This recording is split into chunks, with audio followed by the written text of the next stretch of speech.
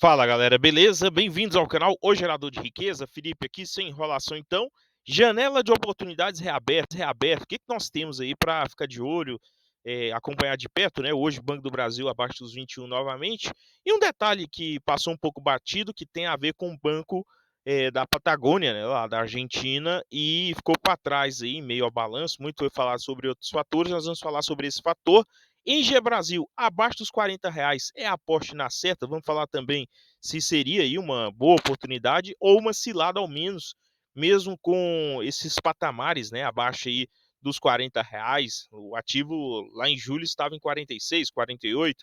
Nós vamos falar sobre isso e também a questão da oferta de petróleo, a polêmica aí que pode jogar, quem sabe, a cotação dos ativos petrolíferos para baixo, tá? Vamos falar sobre isso. Hoje nós tivemos um pregão marcado por algumas quedas pontuais, é o caso de Banco do Brasil, 0,95 de queda, 20,95 foi o fechamento, chegou, né, então a negociar agora abaixo dos 21 novamente.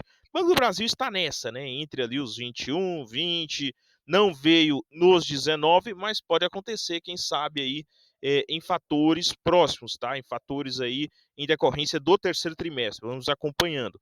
Vale 56,36, 0 a 0 praticamente. Petro 4 também no 0 a 0, sem avançar ali acima dos 31, sem aquele fator chave para avançar que é a margem equatorial e sem ainda um choque na oferta do petróleo ou algo do tipo que poderia também nos dar boa oportunidade em Vale e sem nenhuma grande fala aí de algum político ou algum escândalo envolvendo a petrolífera também para nos dar essa oportunidade, quem sabe abaixo dos 29, 28, uma oportunidade melhor ali, mais clara também abaixo dos 25.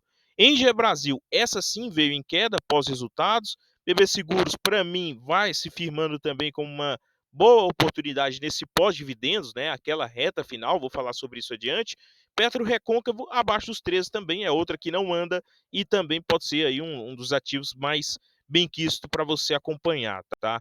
Vamos começar falando sobre a BB Seguros, como que está se comportando em meio a essa janela.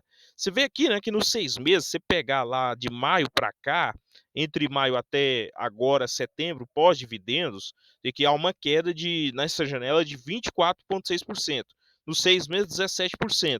Ah, então é porque é esperado uma queda no lucro da BB Seguros, porque ele está atrelado ao negócio do Banco do Brasil. Ah, o agro está quebrando, os seguros não tem essa resiliência toda? O pessoal acha que não, tá? Pelo contrário, BB Seguros tem entregue lucros recordes, né? Ao contrário aí do que era estimado, sinistralidade baixa, claro, pode ter uma leve ou uma moderada piora, tem a questão lá do PGBL e VGBL com a incidência agora do IOF, mas eu não vejo assim, tá? Aqui, o que está acontecendo com o comportamento da ação? É um comportamento da ação parecido lá com o ano passado, né? Na verdade, com 2021 e 2020, na verdade, né? Parecido com aqueles 2 anos. Eu gostaria aqui de declarar que eu acredito que está havendo talvez uma antecipação, quem sabe, na taxa de juros, tá? Aqui com relação a BB Seguros, que foi o que aconteceu lá em 2021, tá? É claro que pode não se repetir, mas eu gostaria de ter pelo menos essa discussão aqui, quem sabe nós pensamos de outra forma, tá? Aqui, né, então, o papel ele acompanha muito parecido com 2021, para aquela queda lá desde da máxima, e muito parecido, né, da máxima histórica com 2023 no 0 a 0, tá? De lado, então, vamos acompanhando como que BB Seguros irá se sobressair nessa janela. Sobre o Banco do Brasil, nos 20,95, então o ativo veio dos 21, né? Claro, amanhã pode subir de novo, pode sair mais um boato, pode sair mais uma notícia, mais um fator externo e nós vamos atualizando aqui para poder, quem sabe, fazer as nossas compras. Minhas compras hoje eu gostaria de fazer abaixo dos R$ 18, tá? Novamente. Então, esse é o meu pensamento nesse primeiro momento em que as coisas ainda não estão acontecendo, pelo menos para Banco do Brasil, depois lá do primeiro trimestre, tá?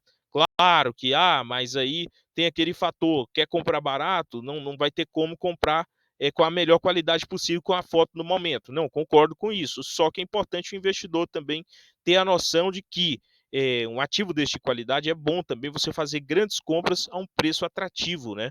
É importante lembrar isso. Aqui o comportamento da ação se assemelha muito com aquela janela que nós tivemos lá no ano de 2021, tá? Então, você vê aqui que 2022, no pós-eleições, há uma forte alta, né, 20%. 2023, que é aí sim o ano de virada, 66%, enquanto que no ano passado 11%, praticamente mesma queda desse ano, né? Devolveu aí, esses 2 anos, devolveu um pouco da alta recente lá de 2022, 23, mas nada muito esporádico com relação lá às quedas recentes, né?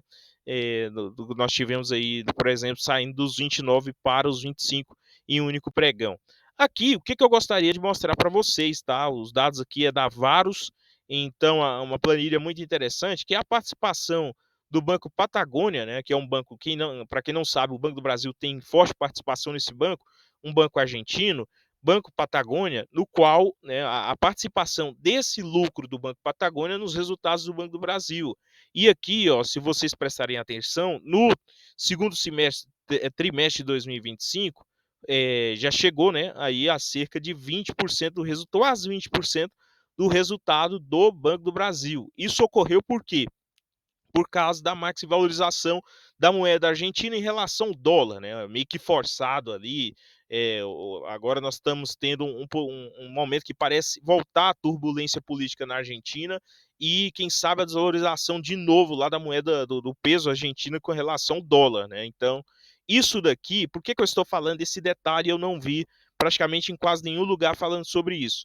Isso daqui pode fazer uma diferença a depender do terceiro ou do quarto trimestre em Banco do Brasil, né? Porque se, né, nesse caso aqui, houver uma desvalorização da moeda argentina, o lucro, provavelmente, do Banco Patagônia não será o mesmo, né? Ou seja, deve ser inferior. E isso pode influenciar aqui no Banco do Brasil, no Brasil, né? Ou seja, menor lucro distribuído para o Banco do Brasil e menor lucro aqui.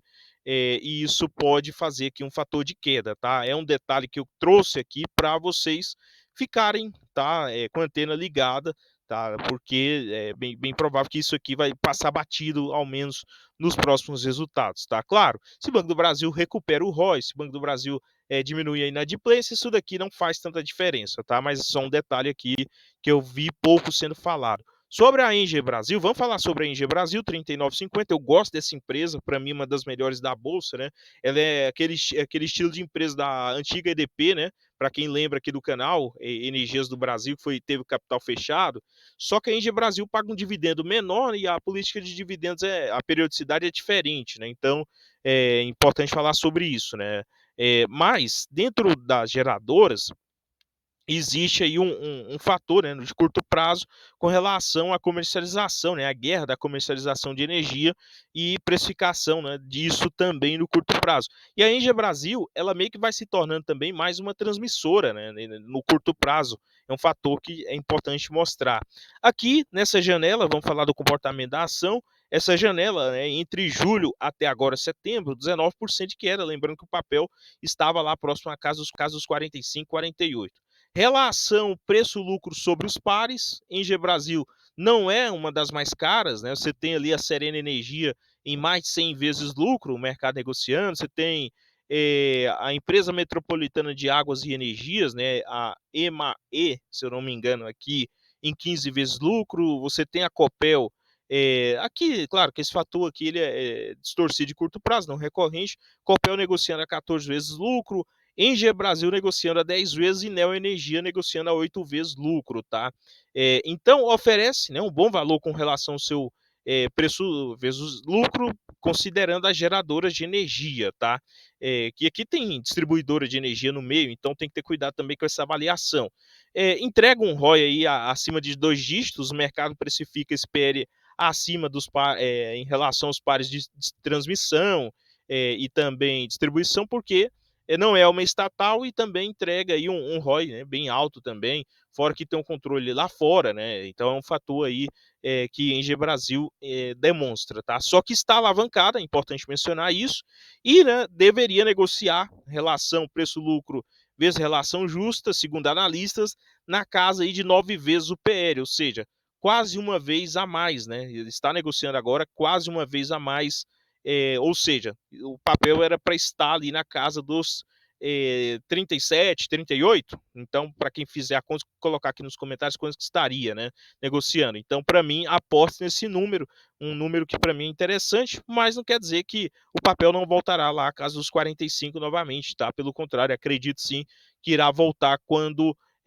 tiver aí alguma melhora tanto na desalavancagem, queda talvez na taxa de juros pode beneficiar também essas geradoras, como também algum anúncio novo de distribuição de dividendos no ano que vem ou melhoria nos resultados de curto prazo, tá? Agora, sobre a Petrobras, 30,71, no final de semana houve, né, aí a questão da oferta de petróleo da OPEP, né, depois da reunião, e a questão era que os bancos gringos, bancos de investimento, iria fazer a recomendação de preço-alvo para baixo das petroleiras brasileiras ou até lá fora, né, com uma oferta maior de petróleo. Tá? O que aconteceu? Então, aqui deve acontecer novas sanções, né, com relação à Rússia, tá? Então, com relação a você ter, né, esse fator, a Rússia no momento ainda é um play muito forte quando se trata de energia, né, principalmente petróleo. Então, entretanto, né, nós tivemos aí ainda assim WTI em alta hoje, tá? A OPEP ela deve aumentar a oferta de petróleo. Você deve ter, né, uma revisão agora trimestral e, entretanto, volatilidade muito forte, tá? Então você tem impactos aqui com volatilidade muito forte, contrato futuro positivo. A questão aqui que deve fazer preço também é a oferta chinesa, né? Quanto que, aliás, a demanda chinesa, quanto que a demanda chinesa continuará, né, buscando aqui esse fator. Se a demanda chinesa cair e a OPEP aí, né, fizer mais oferta, aí sim nós teremos uma revisão e queda, quem sabe, nesse preço de petróleo Brent. Claro que não é uma explicação simplista, tá? Tem várias camadas, mas para o investidor também tem Petrobras e as outras petroleiras na carteira, Prio, Petro Recôncavo, ficar de olho, pensando nos resultados, dividendos, quedas e oportunidades, tá? Então, pessoal, o vídeo não representa uma recomendação da compra ou da venda de ativos. Novos inscritos, bem-vindos, tá? Você ouvinte do canal aí também há mais tempo, coloque aqui nos comentários qual que é a sua estratégia agora de curto prazo, médio prazo, se está fazendo parciais, acredita em alguma virada de chave ou algo do tipo, ou se está comprando alguma coisa, ou tem feito apenas caixa. Coloque aqui para os novos ouvintes do canal, tá? Bons aportes a todos vocês e até o próximo. Valeu demais!